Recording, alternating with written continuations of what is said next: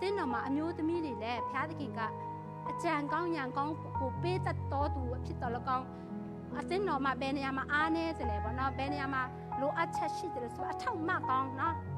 မိသားစုမှာလည်းကိုယောက်ျားအတွက်လည်းအထောက်အမကောင်းအနေနဲ့ဖျားသခင်ဖန်ဆင်းတယ်လို့ပဲအတင်းတော်မှာလည်းအမျိုးသမီးများအတင်းတော်မှာဘယ်နေရာမှာအားနည်းတယ်လဲဘယ်နေရာမှာလိုအပ်ချက်ရှိတယ်ဆိုအထောက်အမကောင်းတဲ့နောက်ကနေထောက်ပံ့ပေးတော်သူအဖြစ်လည်းအသုံးပြုနိုင်တယ်ဆိုတော့ပေါ့နော်ဒီမှာဖိုဘီရဲ့စက်တာကိုကြည့်ရခြင်းနဲ့ကျမတို့တွေ့နိုင်တယ်တင်းတော်မှာကျမတို့